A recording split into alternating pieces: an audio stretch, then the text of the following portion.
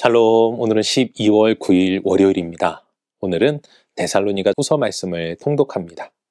데살로니가 후서는 전서에 이어 바울이 데살로니가 교회에 보낸 서신으로 이전 서신을 통하여 데살로니가 교인들은 큰 위로와 기쁨을 얻게 되었습니다. 하지만 얼마 지나지 않아 교회에는 더 큰 시련과 핍박, 그리고 거짓 가르침과 함께 사도 바울의 재림론을 오해하여 임박한 재림론이 퍼짐으로 그전보다 심각한 문제가 발생하게 되었습니다. 그렇게 사도 바울은 본서를 통하여 짧은 격려 이후 성도들이 당하는 시련과 핍박을 잘 이겨낼 수 있도록 가르침을 줍니다. 그리고 무엇보다 종말에 대한 가르침을 다시금 주는데, 당시 사도 바울의 가르침을 오해해 임박한 종말론에 빠져 자신의 삶을 회피하고 어떤 이는 하던 일까지 그만두고 재림을 기다리는 일에 대하여 책망한 이후 예수 그리스도의 재림의 날에 대한 바른 신앙관을 심어주기 위해 노력하게 됩니다.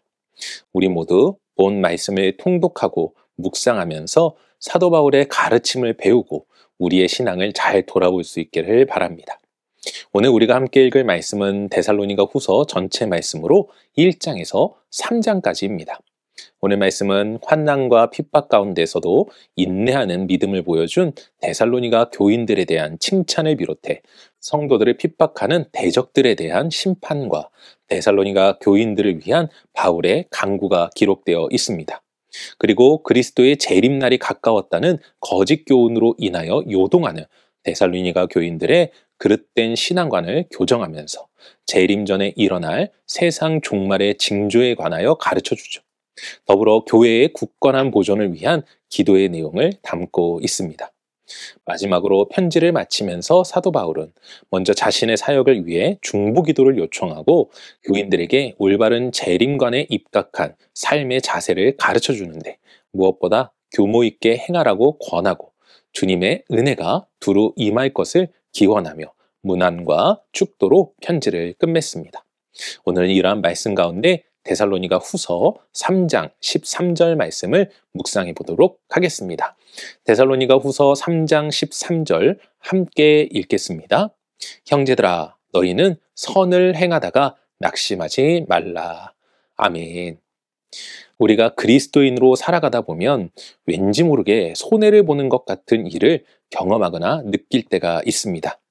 제 주변에 몇몇 분들의 이야기를 듣다 보면 비슷한 이야기 중에 하나가, 자동차가 한 가벼운 접촉사고가 나게 되면 많은 믿는 분들이 선한 마음에 그냥 좋게 넘어가는 경우들을 보게 됩니다.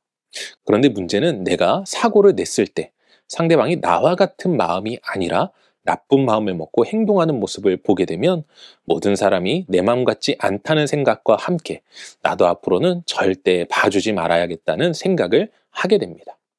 혹시 여러분들도 비슷한 경험이 있지 않으신가요? 그런데 오늘 묵상 말씀을 보면 사도 바울은 데살로니가 교인들에게 이렇게 이야기합니다.